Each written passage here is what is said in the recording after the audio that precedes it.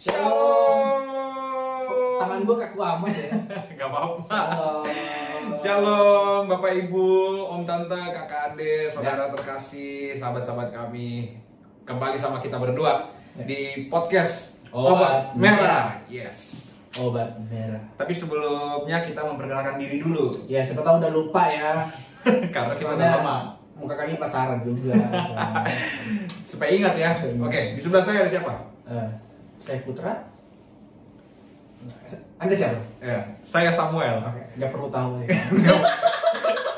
Itu dia ya. Oke, hari ini kita akan belajar lagi satu kebenaran firman Tuhan. Apa itu? Yang di sebelumnya, di podcast kita yang terakhir, kita udah ngebahas tentang facing the uncertainty. Menghadapi ketidakpastian. Nah, kalau hari-hari ini mungkin ada yang sedang mengalami ketidakpastian, langsung ada dicek di bawah videonya. Semoga dikuatkan dan bisa mengerti apa yang Tuhan mau di dalam hal-hal tersebut. Promosiin dulu dong channel kita. Iya, jangan lupa nanti di like, comment, share, subscribe. Gitu ya. Nonton yang paling penting, ngerti ya. Ngerti, yang paling penting nonton dan belajar bareng. Oke. Oke, hari ini kita akan bahas apa? Apa ya? Suka-suka kau lah. Nah, jadi hari ini kita akan membahas mengenai apa sesuatu yang diinginkan oleh Allah bagi orang percaya. Jadi ada hal yang sangat diinginkan dan hal ini sering sekali di dalam Alkitab ditekankan, bahkan Alkitab ini pun ada untuk menekankan hal tersebut. Nah, hal tersebut apa? Nanti juga kenapa Alkitab ini sampai ada untuk menekankan hal tersebut kita akan bahas di dalam bagian ini, dan kita akan belajar mengenal Allah. Ya, jangan dilewatkan. Jangan dilewatkan. Nyesam. Mengenal Allah itu penting, ya. Ya, penting. Nah, Kenapa penting? kenapa penting? Ya. Nah, kita harus mengerti ini dulu. Kristen itu artinya adalah pengikut Kristus. Ya, betul. Ya. Nah, kekristenan adalah gaya hidup orang percaya. Wah, gaya hidup. Oke. Gaya hidup orang percaya. Apakah gaya hidup itu? Adalah hubungan. Sekali lagi, gaya hidup orang percaya adalah hubungan. Ya, Hubungan antara kita dan Bapa serta kita dengan sesama. Wah, ini yang harus kita mengerti. Jadi kekristenan banyak sekali mengatur mengenai bagaimana kita berhubungan dengan Allah kita dan bagaimana kita berhubungan dengan sesama kita. Nah, di dalam yang namanya hubungan, pengenalan itu penting. Penting nggak untuk saudara Putra sebelum kalau kita ngomongin tentang manusia mungkin terlalu umum ya. Terus. Misalnya kalau saudara Putra mau beli barang, Kecil aja soalnya. jangan, nanti kan dieditnya susah. Oke.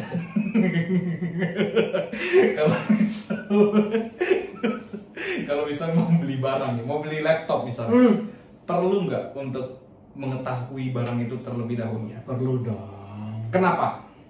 Biar saya tahu kapasitasnya apa, kelebihannya apa, kelemahannya apa, dan fungsinya apa. Buat apa saya beli barang tapi kalau tahu fungsinya? Kan bodong juga kemana. Betul. Nah, kalau di dalam hubungan dengan jatuh. baiknya jatuh. Aduh. Nggak apa ya? Sabar ya. Sabar. Kan baru di Oke. aduh Tuhan Yesus. Supaya ada sponsor sih. Oke ya. Oke. Nah, terus kalau itu tadi kita mengenal barang. Kalau mau beli barang dan segala macam. Nah, gimana kalau di dalam hubungan dengan sesama? Perlu nggak kita mengenal satu dengan yang lain? Ya perlu dong. Kenapa? Supaya saya tahu sifatnya seperti apa, kesukaannya seperti apa, kelemahannya apa, kelebihannya apa, supaya kita bisa menempatkan diri, Yes. supaya kita bisa memberikan yang terbaik apa yang bisa kita berikan kepada orang tersebut. Apalagi kalau nanti menjadi calon istri kan contoh cewek ya harus tahu dengan nanti ke depan nggak kaget, oh ini kelemahannya, oh ini kelebihannya, itu penting lah ya. Jangan asal Mencari istri ya dia. babe saya udah tua. Oke ya, kita akan belajar hari ini mengenai mengenal Allah. Nah, kita akan buka satu bagian firman Tuhan terlebih dahulu di dalam Hosea 4 ayat 6. Yes. Kita buka bersama-sama. Hosea dekat apa ya? Ya, dekat-dekat Sungai Yordan.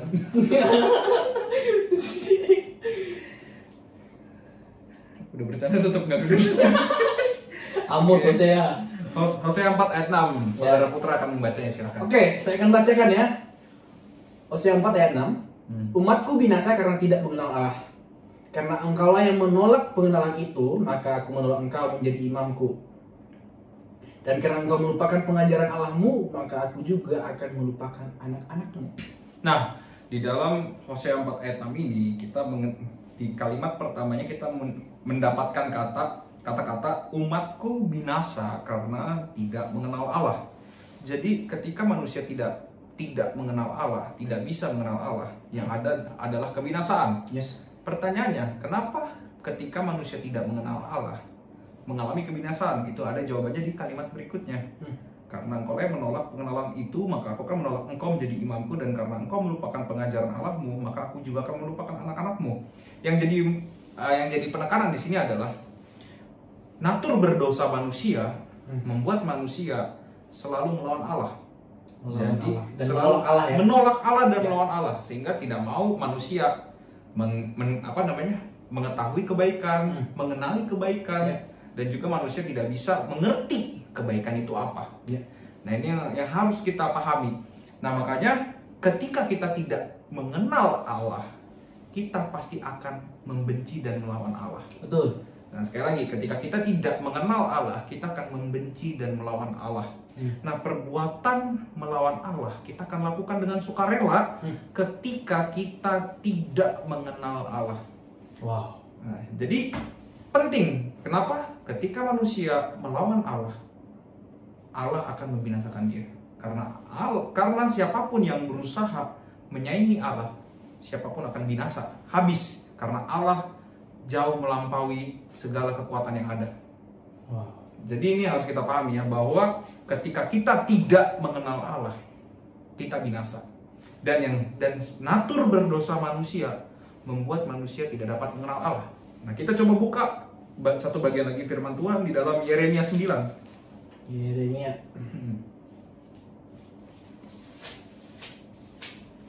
Yeremia 9 ayat 23 sampai 24. Nah, kali ini saya lebih cepat. Ya. Kalah saya berarti. Coba baca dulu judul perikopnya. Saya aja ya. Iya. Judulnya dulu. Judulnya ini ya. Judulnya adalah mengenal Allah adalah kebahagiaan manusia. Nah, itu dulu, situ dulu. Ini adalah judul yang indah yang diberikan oleh Lembaga Alkitab Indonesia ya. Mengenal Allah adalah kebahagiaan manusia. Kalau tadi ternyata ketidakmampuan kita mengenal Allah membuat kita binasa, tapi ternyata di dalam pengenalan akan Allah ada kebahagiaan. Ya, di dalam pengenalan akan Allah ada kebahagiaan. Nah, kita lihat ayat 23 dan 24, silakan saudaraku. 23-24, demikian firman Tuhan. Beginilah firman Tuhan, janganlah orang bijaksana bermegah karena kebijaksanaannya. Janganlah orang kuat bermegah karena kekuatannya. Janganlah orang kaya bermegah karena kekayaannya. Tapi siapa yang mau bermegah, baiklah bermegah karena yang berikut, bahwa ia memahami dan mengenal aku, bahwa akulah Tuhan yang menunjukkan kasih setia, keadilan dan kebenaran di bumi. Sungguh semuanya itu kusukai. Demikianlah firman Tuhan. Nah, ini harus kita lihat bahwa Tuhan menyukai yang namanya kebenaran, kasih setia, dan keadilan. Dan inilah yang ada, yang kita bisa dapatkan kalau kita ada di dalam Tuhan. Sekali lagi, inilah hal-hal yang akan kita dapatkan kalau kita ada di dalam Tuhan, di dalam pengenalan akan Dia. Nah, tapi yang jadi masalah adalah manusia melakukan hal yang di ayat 23. Ayat 23 bilang apa? Janganlah orang bijaksana bermegah karena kebijaksanaannya. Janganlah orang kuat bermegah karena kekuatannya. Janganlah orang kaya bermegah karena kekayaannya. Jadi lihat, bijaksana, dia maka disebut orang bijaksana. Adanya kekuatan di dalam diri seseorang dibilang orang kuat. Betul. Adanya kekayaan di dalam diri seseorang dibilang dia orang kaya. Betul. Jadi pertanyaannya, orang apa yang di dalam orang ini terlihat dari apanya? Dari dirinya. Dari dalam dirinya sendiri. Ya. Dari hal-hal yang kalau kata firman Tuhan adalah kemegahannya. Kata bermegah dalam bahasa Inggrisnya adalah glory. Yes.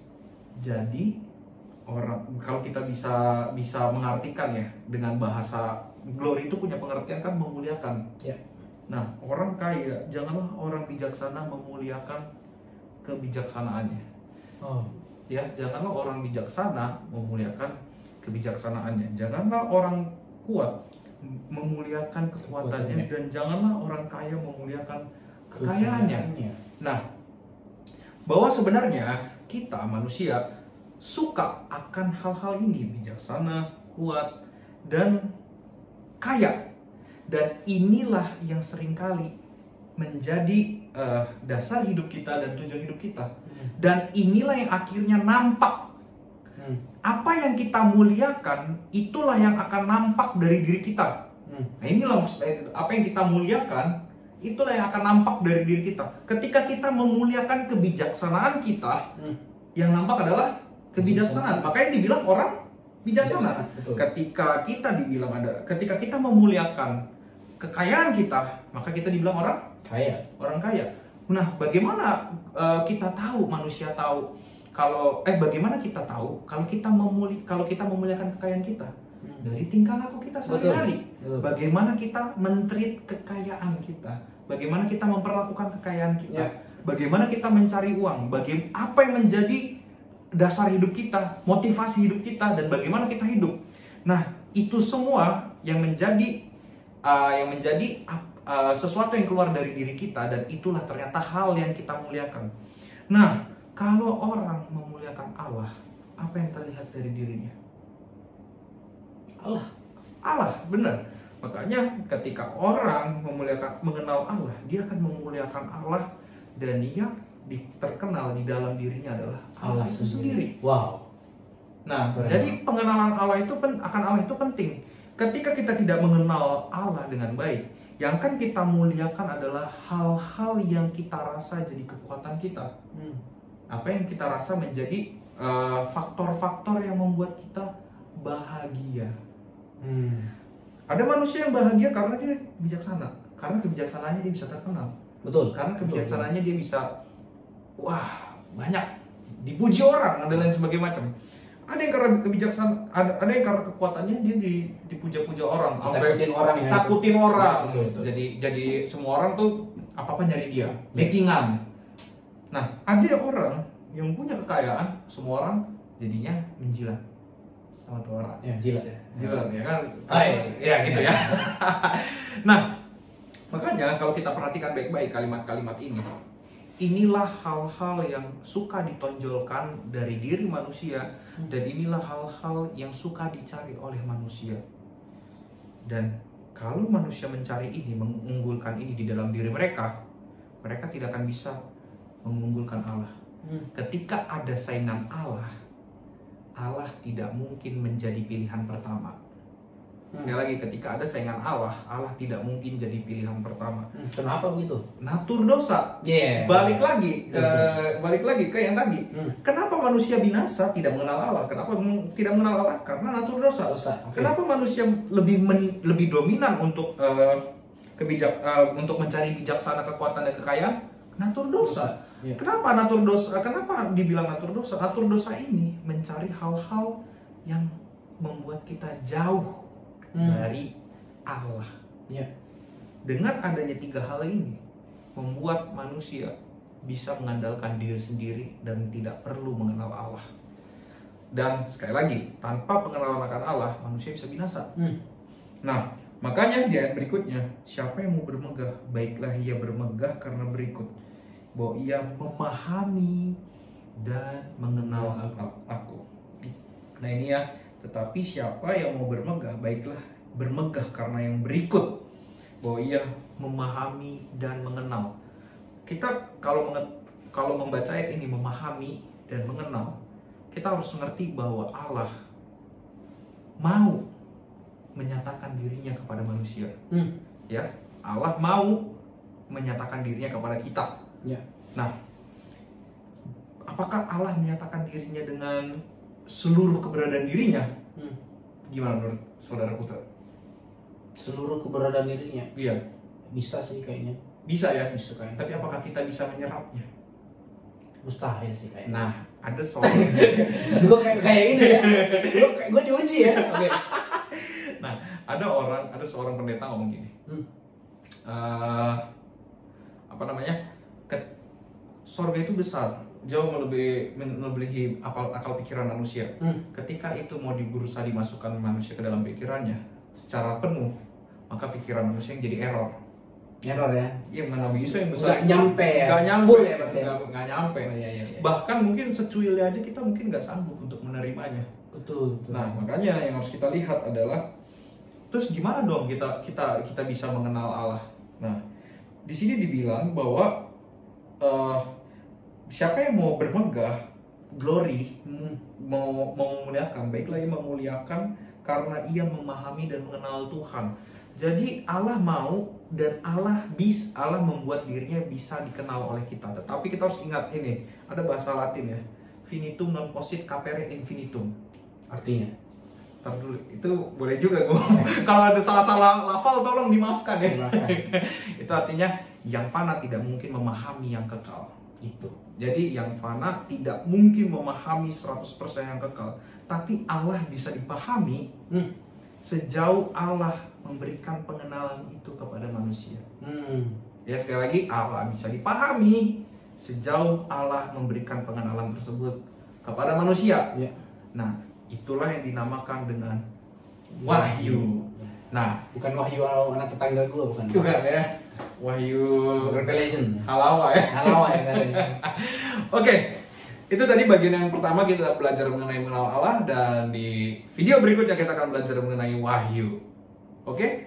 So, thank you buat yang sudah nonton. Jangan lupa like, comment, dan subscribe video ini. Thank you. Sampai ketemu di pertemuan berikutnya. Sarang ya. Sarang ya.